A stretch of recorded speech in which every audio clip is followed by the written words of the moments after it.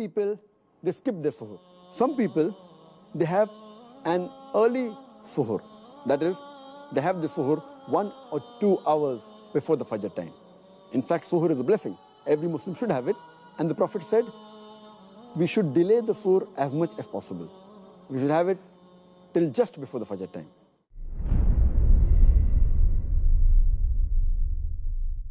When Ramadan comes along, some people act as if a food festival has come to town. We have this type of food and that type and this appetizer and that. And Ramadan is actually a month of fasting. That means that the month is not about eating. The month is actually about feeding the needy people, putting in the effort. The Prophet ﷺ said, whoever feeds a fasting person gets the reward of that fasting person with the same reward without taking away from that fasting person. So this Ramadan, don't focus so much on attending all these food festivals, focus on feeding the needy.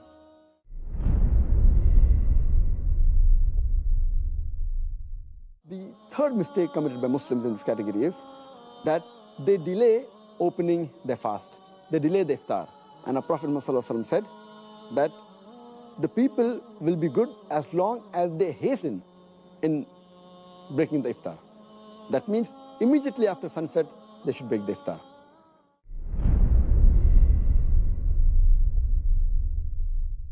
Iftar parties are actually a very, very good thing as long as some conditions are met. It's very good because, alhamdulillah, in the month of Ramadan, you feed someone and subhanAllah, you get the reward of every single person that you have fed. And so I always say, iftar parties are actually good as long as the other acts of worship, or for example, our Taraweeh prayer, or Maghrib prayer, or Isha prayer, they're not suffering because of the iftar party. Or, subhanAllah, one of the problems with iftar parties is sometimes we'll commit sins during this iftar party. This subhanAllah goes against the whole spirit of the month of Ramadan, where we're supposed to cut out all sins. Obviously we cut out all sins in the whole year, but especially where we work extra hard in the month of Ramadan. So make sure that, have the iftar party. Alhamdulillah, make the intention that you're feeding your brothers and sisters. Make the intention that you are bringing people together. Make the intention that you are encouraging one another to do goodness. And all that are great reasons to have iftar parties.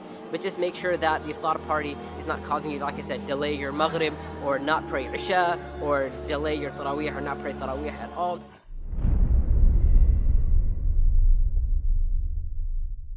One important thing that I've been witnessing lately is that people are unable to manage their anger.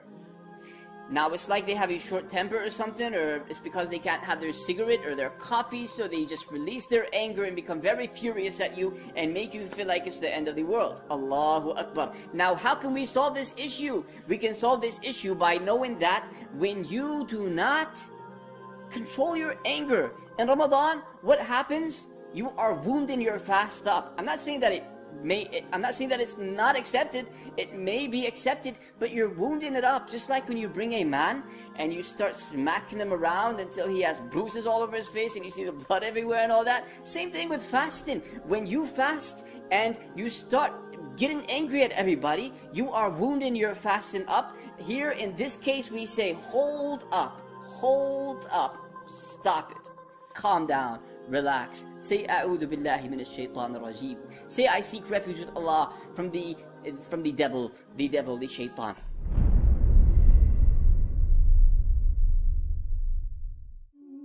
During the month of Ramadan, you will find the masjids completely packed out during Taraweeh prayers, which is amazing. But then, during the 5 daily prayers, you will notice the masjids are nowhere near as packed. Unfortunately, many people have mixed up their priorities.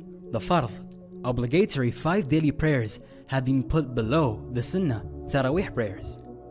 Although nobody can deny the importance of the Taraweeh prayers, which comes with an abundance of rewards and blessings, the 5 daily prayers will always be greater and above all the sunnah or optional prayers. So please, do not neglect your obligations this month.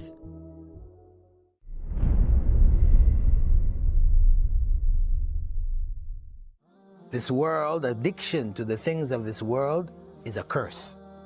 So we do need to handle our devices for social media in a very positive and calculated way. We can't just do it whenever we feel like, however we feel like. So we have the choice of either making our social media experience something which is going to be on our scale of good deeds, or something which is not going to be on our scale of good deeds. We have to decide beforehand. We're already caught up. We can't live without our phones. At least when we're going on the phones, we should be conscious of the impact which this phone has on ourselves as well as on others. There is so much information there, so much corruption there. Some people call it, instead of the internet, they call it the fitna net. So we best should say Bismillah before we even get on. Before we turn it on and start, we say Bismillah. Now, if we are not able to say Bismillah, this is telling us something. We're going on with the wrong intention. There's no harm in keeping contact with your friends, your circle, certain programs, etc. There's no harm, but we have to make sure that whatever we are interacting with is from the halal.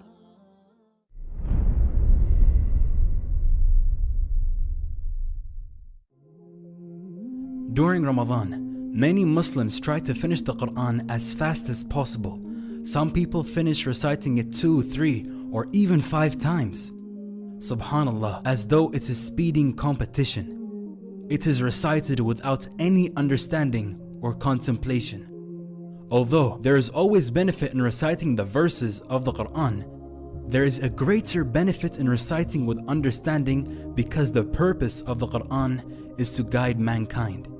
And how can we be guided if we don't take time to understand the verses?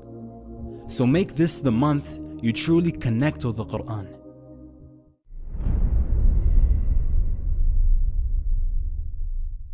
The purpose of Ramadan is to reconnect the believer to the Book of Allah like they're starting over. And the reason that's important is because the believer is supposed to reconnect humanity with the Book of Allah. The way we do that in Ramadan, the way the first generation did that in Ramadan, the Prophet ﷺ institutionalized additional prayers.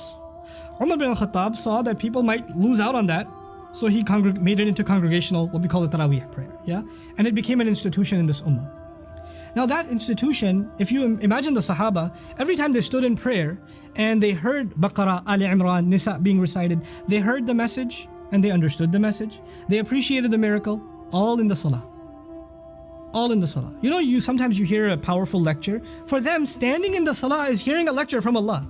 That's what it was. They were listening to a khutbah, a maw'idha from Allah when they're standing in prayer, yes? And that was the institution. It was supposed to reconnect us with Allah Azza wa Jal in the most beautiful of ways. Okay, a few centuries later, we also have the Taraweeh prayer. Is there a difference between the way we conduct our prayers today and the spirit of those prayers of Umar bin Khattab radiallahu ta'ala anhu? There's a fundamental difference. The vast majority of you and me that are standing behind the Imam as he's reciting the word of Allah are not hanging over every word, lost and mesmerized in reflection. Rather, we are wondering, was that the first or the second? Are we on 14 or on 15? When is the ruku' coming? If the Imam takes so much as a long breath, you're like, and then he goes on to the next time, like, oh, okay. You know, some of my friends that lead Taraweeh, they're on purpose, when they get to Ayatul Kursi, they take a pause. Allahu La ilaha illahu al-hayyul qayyum. And everybody's like, oh yeah, oh God, I thought it was Allahu Akbar. You know, what I'm trying to get at, besides the joke, is there's a tragedy in the ummah. This month was supposed to genuinely reconnect us with the guidance and the appreciation and the awe of the Quran, so it can separate right and wrong for us again. But today, our relationship with the Quran has been reduced to an artificial one, where we stand in prayer and the vast majority of us don't know what's being recited. We run after the best reciter and stand behind them and wonder why the person next to us is crying. And some people are crying because they don't understand. And that's a good thing. That's a beautiful thing by itself. But then there are just a few that understand and they're moved. Sometimes the Imam himself is moved. And then we're completely okay with the culture that even the one leading us in prayer has no idea what they're reciting. And we're okay with that. We're okay with that. We've accepted that as a tradition. Yeah? Is there something wrong with this? You see some problem? We have violated the spirit of Ramadan so badly on every account. On every account. And then on top of that, if you didn't finish the recitation of the entire Quran, that's why we got to speed it up in the last few days. And there's complaints about this reciter is reciting too slowly. Who cares about finishing the Quran in Ramadan? I'd rather we pray less, but pray with attention and pray with awe. Pray with understanding. Get some guidance for it. Reflect. That's what the spirit of this prayer was supposed to be.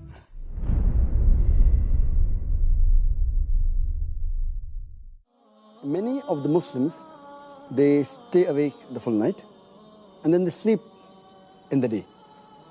And they do the normal activity at the night time and sleep in the daytime. They're converting day into night and night into day, and the whole purpose of fasting is defeated.